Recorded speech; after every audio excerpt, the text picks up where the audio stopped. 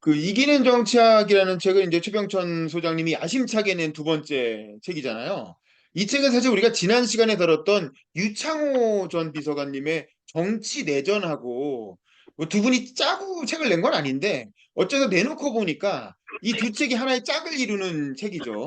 그래서 사실은 뭐 이분이 이거를 자기 딴에는 이제 이기는 정치학이라고 제목은 붙였지만 실제로 보면 이 정치 내전이라고 하는 책, 우리가 지난번에 다룬 정치 내전이 중도층, 그리고 민주당 우파를 위한 정치학이라고 할 수가 있고, 그다음에 최병천 소장의 이 이기는 정치학은 제목은 이기는 정치학이지만 실제로는 중도층, 민주당 우파를 위한 선거공학이라고 할 수 있어요. 그래서 이제 정치학과 선거공학은 조금 다른데 어쨌든 유창호 저자의 책이 정치학에 좀 더 가까운 것 같다. 제 정치학을 전공한 제 느낌으로는 그런 것 같아요. 그리고 최 소장의 책은 일종의 정치공학인데 어쨌든 근데 그 유창호 저 작가의 책의 철학을 바탕으로 한 정치공학인 거야. 그래서 사실 두 책은 연결되는 내용입니다. 그래서 두 책을 같이 읽으면 이런 세계관으로 세상을 보는구나라고 이렇게 정리가 되고 그게 사실 우리 신성장학파가 그동안 공부해온 어떤 신성장학파류의 어떤 이렇게 세계관이라고 할 수가 있겠죠. 정치관.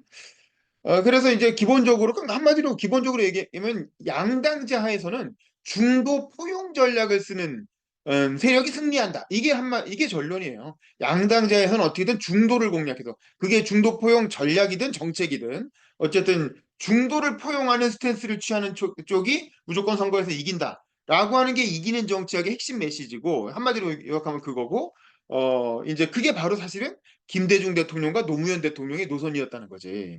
그리고 문재인 대통령은 그 노선에서 이탈해서 진보로 달려가다가 진보 독자 노선으로 갔다가 정권을 5년 만에 뺏긴 거고 그래서 다시 김대중 노무현의 노선, 그러니까 중도를 포용했던 김대중 노무현의 노선으로 돌아와야 된다는 게 유창호 작가나 최병천 소장 같은 어떤 중도파 논객들의 주장이라고 할 수 있습니다. 그걸 최병천식으로 얘기한 게 바로 가슴이 너무 뜨거워지면 상대방 선거운동을 도와준다. 그래서 열린우리당 시절의 국가보안법 폐지 논란이나 아니면 이제 한나라당의 무상급식 반대 이런 것들이 결국엔 상대방 선거운동을 도와준 결과가 됐다라고 하는 것이죠. 그래서 이제 이게 이런 전략이 결국에는 이제 양당자의 대통령 선거에서는 경선 때는 집토끼를 잡고 그러니까 경선 때는 지지층을 안정시켜서 지지층이 좋아할 만한 얘기를 하고 본선 때는 중도층을 잡아라. 그래서 산토끼를 잡으라 이거죠. 그래서 본선으로 가면 중도층이 좋아할 만한 이제 그 전략을 피는 이제 그런 대통령이 항상 승리했다라는 거야.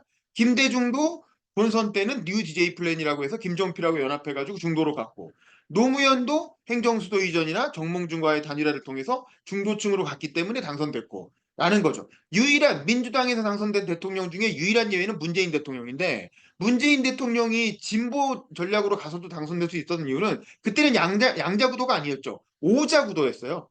그때는 탄핵 이후에 문재인, 홍준표, 안철수, 유승민, 심상정까지 나오는 오자 구도였기 때문에 그때는 굳이 중도 포용 전략을 쓰지 않았어도 그냥 자기 노선이 탄핵 이후에 가장 큰 세력이었으니까 자기 노선만 주장하고도 쉽게 당선될 수가 있었던 거죠. 그래서 사실 문재인 대통령이 당선이 되게 예외적인 케이스였고 일반적으로 민주당에서 선거에서 승리했을 때는 항상 중도 포용 노선, 산토끼를 잡는 노선을 썼을 때 성공했다라고 하는 게 이 책의 핵심 요지입니다. 그리고 이 내용은 새로운 내용이 아니에요. 미국에서는 아주 주류적인 선거 전략이에요. 그걸 대표하는 인물이 누구냐? 빌 클린턴이죠. 그러니까 이 노선은 클린턴 노선인 거야. 그리고 클린턴의 어떤 선거 참모로 유명한 딕 모리스라고 하는 유명한 선거 참모가 있습니다. 그분이 이제 파워 게임의 법칙이라는 책을 썼는데 그 책이 우리나라의 그 유명한 누구죠? 우리 문재인 정부 때 정무수석했던 그 정치평론가로 유명한 두산 전략연구소 정치평론가 하셨던 그 있잖아요. 그 썰전에 나왔던 누구야? 이철이, 그렇죠. 이철이 수석. 이철이 수석이 번역한 책이에요. 그 파워 게임의 법칙이라는 책이 딕모리스의 책. 근데 약간 그게 그 내용, 이철이 수석이 번역했던 이철이 수석이 추천을 했죠. 추천을. 근데 약간 그 책에 나온 내용입니다. 거기서 클링턴이 썼던 전략이 이른바 트라이앵귤레이션이라 그래서 그걸 삼각화 전략이라고 하는데 그러니까 공화당의 이슈를 민주당의 방식으로 해결한다라는 거야. 그래서 이제 공화당의 이슈를 공화당에만 맡기는 게 아니라 민주당식으로 해결하는 예를 들면 이제 이렇게 범죄가 늘어난다.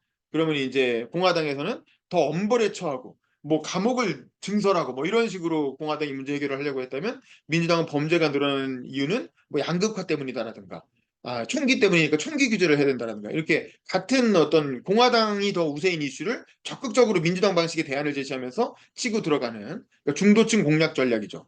이게 이제 딕 모리스가 말한 삼각화 전략이고 그게 클링턴이 성공한 전략인데 그거를 한국 민주당이 받아들인 거예요. 그래서 김대중이나 노무현이 비슷한 전략을 썼던 거고 근데 이제 문재인 정권 때 그걸 잊어버렸기 때문에 패배했다는 거고 그래서 다시 김대중 노무현 노선으로 돌아가자라는 게 유창호나 어떤 최병천 같은 그 작가님들의 주장인데 근데 이제 문제는 이 전략이 지금 이번 총선에서 먹히냐 이거야. 이 책을 낸 이유는 이번 총선의 어떤 예측을 이번 총선의 이 이론을 그 이론이라는 거 원인을 어떤 원인이 나오면 어떤 결과가 나온다는 인과관계를 설명하는 게 이론이잖아요. 그래서 이 이론을 가지고 이번 총선을 예상해 보려는 게 이 책의 목적이고 그래서 그 예상이 맞으면 이 책도 나중에 잘 되고 최병천 소장도 되게 정치평론가로서 이제 큰 권위를 얻게 되고 뭐 이런 거죠. 그런 전략으로 이 책을 내셨는데 문제는 이번 총선에서 그게 안 맞아 들어가고 있다는 거예요.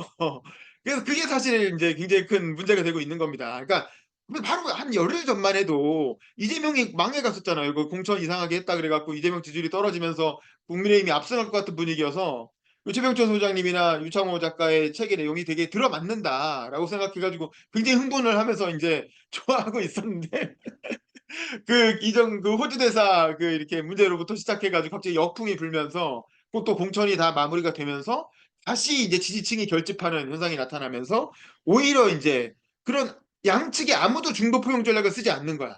그러니까 이재명은 이재명대로 진영을 결집시키는 전략으로 가서 정권 심판론으로 밀어붙이고 그다음에 이제 윤석열 대통령 나름대로 아무 필요 없고 나는 그냥 내가 하고 싶은 대로 할 거야 라면서 호주에 그냥 대사 보내버리고 뭐 이런 그러면서 이제 자기가 뭐 이렇게 검사 시절에 수사관으로 데리고 있던 사람을 비례대표 공천을 좀 앞순위로 보내라고 한동훈하고 막 갈등을 빚고 뭐 그러니까 양쪽 다 자기 진영을 챙기는 그런 이제 극단 전략으로 가면서 양쪽이 다 중도 포용 전략을 아예 하지 않는 이제 이런 극단적인 어떤 양극화 상황이 나타나면서 중도 포용 전략을 쓰는 사람이 있어야 이게 성공할 거 아닙니까? 근데 아무도 중도 포용 전략을 쓰지 않으니까 그냥 양쪽 중에서 이 정권 심판론의 분위기를 탄 이제 민주당이 이제 앞서가고 있는 거기에 조국 혁신당까지 등장하면서 정권 심판론이 이제 두 세력이 하나로 모아지면서 오히려 시너지 효과가 일어나서 확 이렇게 여당을 압도하는 그런 상황이 지금 벌어지고 있는 거죠.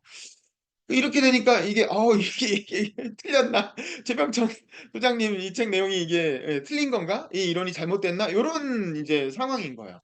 그래서 이게 참 어렵습니다. 정치가 이래서 어려운 거야. 이게 사실 굉장히 설명력이 강한 이론이거든요. 미국에서는 되게 맞아 떨어지는 이론이고, 근데 이제 미국에서도 요즘은 트럼프가 등장하고 막 바이든 등장하고 이러면서 강력하게 진영을 결집시킨 사람이 오히려 대선까지 먹어버리는 현상이 또 나타나기 때문에 이런 중도 포용 전략이 과연 이게 맞는 건가? 이 양극화가 지나치게 심해지고 SNS로 인해서 원래 미디어가 파편화되고 분절화되고 사람들은 보고 싶은 것만 보고 친한 사람들끼리만 어울리고 이런 현상이 점점 강화되면서 이런 전통적인 이빌 클린턴은 90년대 대통령이잖아요. 그러니까 아직 SNS, 유튜브, 뭐 페이스북 이런 게 등장하기 전에 나왔던 이론이거든. TV라는 대중매체가 더 강력한 영향을 가지던 시절의 이론인데 지금 이런 변화된 미디어 환경에서 과연 이런 중도 포용 전략이 맞냐?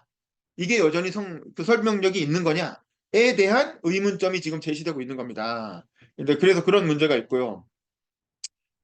사실은 지난 대선에 대한 평가는 최병천 소장은 이재명이 중도포용 전략을 쓰지 않았고 윤석열은 그래도 이준석과 결합되면서 중도포용 전략을 썼기 때문에 성공했다. 이렇게 설명해내는 거잖아요. 그래서 0.74%밖에 0.7%밖에 차이가 안 났기 때문에 사실 최병천 소장은 그 당시에 이재명 대표의 민주당 부원장이었기 때문에 여러 가지 아이디어를 냈어요. 그 중에 하나가 뭐였냐면 최 소장이 확실하게 기억하는 건 이승만에 대한 역사적 포용을 하라는 거였어. 그러니까 이승만의 업적, 뭐 여기 요즘 건국 전쟁으로 이제 논란이 되는 그 농지개혁이나 한미동맹 같은 이승만의 업적을 적극적으로 평가하면서 이승만도 이제 대한민국의 어떤 성공한 대통령이다. 이런 식의 입장을 내라는 게 최병천 소장의 그 부원장 시절의 제안이었어요. 그 리포트를 이재명 대표가 공개적으로 기자회견에서 까버린다고.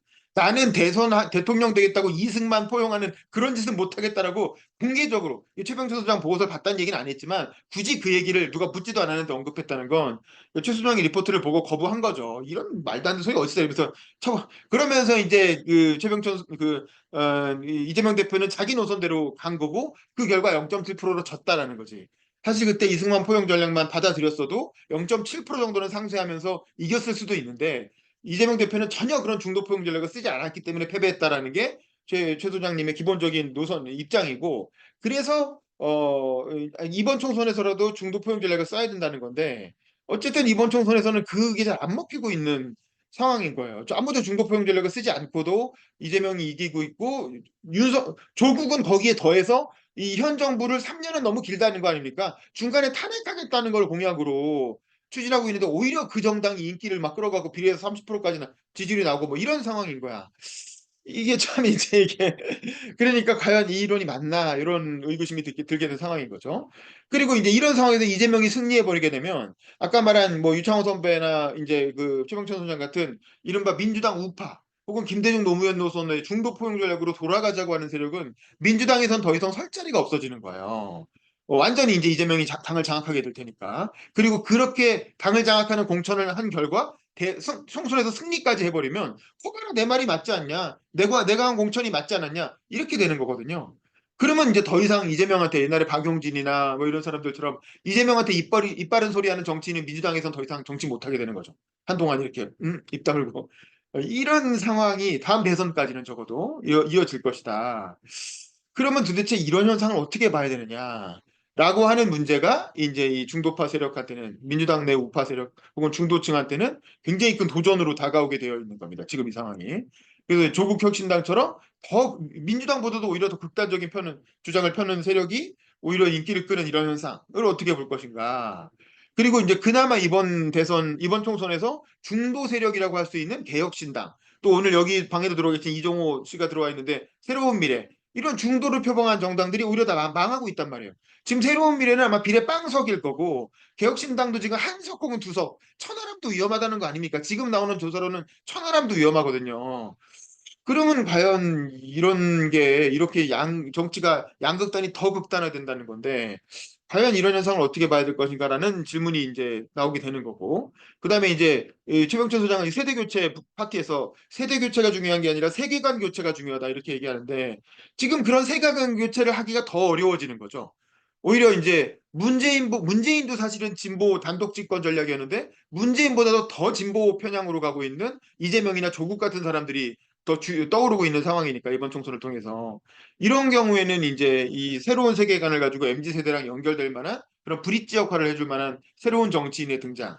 이게 이제 굳이 말하자면 박용진, 뭐 강병원 이런 사람들이 그런 세대였는데 또 이탄희. 근데 그런 사람들이 지금 다 날아갔잖아요. 강병원, 박용진 컷오프 시켜버렸고 이탄희는 불출마해버렸고 그러니까 MZ 세대와 어떤 기존 진보층을 연결해줄 만한 브릿지 역할을 할 만한 그 세계관 교체를 이끌 정치인들이 지금 거의 다 이번 총선에서 퇴출되고 있는 상황입니다. 그래서 과연 이번 총선 민주당이 이길 것 같긴 한데 지금 나오는 여론조사에 따르면 근데 과연 이거를 한국 정치의 어떤 바람직한 모습으로 변화로 봐야 될지 그렇다고 뭐 윤석열이 압승하는 게 그게 좋은 건 아니지만 정권 심판을 해야 되죠. 2년간 집권을 했으니까 또 집권의 성과가 별로 좋지 않으니까 심판받을 면이 있지만 그렇다고 이런 식으로 심판하는 게 과연 바람직할 것인가? 라고 하는 굉장히 어려운 지금 딜레마에 빠져 있는 상황입니다. 주병천 소장도 그렇고 어떤 이제 그런 어떤 민주당 내 중도층 이 이제 그런 상황이라는 걸 우리가 한번 염두에 두면서 우리 오늘은 안 들어오셨지만 다음 주에 최병천 소장님이 이런 문제에 대해서 어떤 답을 내놓으실지도 상당히 기대가 되고 궁금해지는 상황입니다. 예, 제 소감은 여기까지 하겠습니다.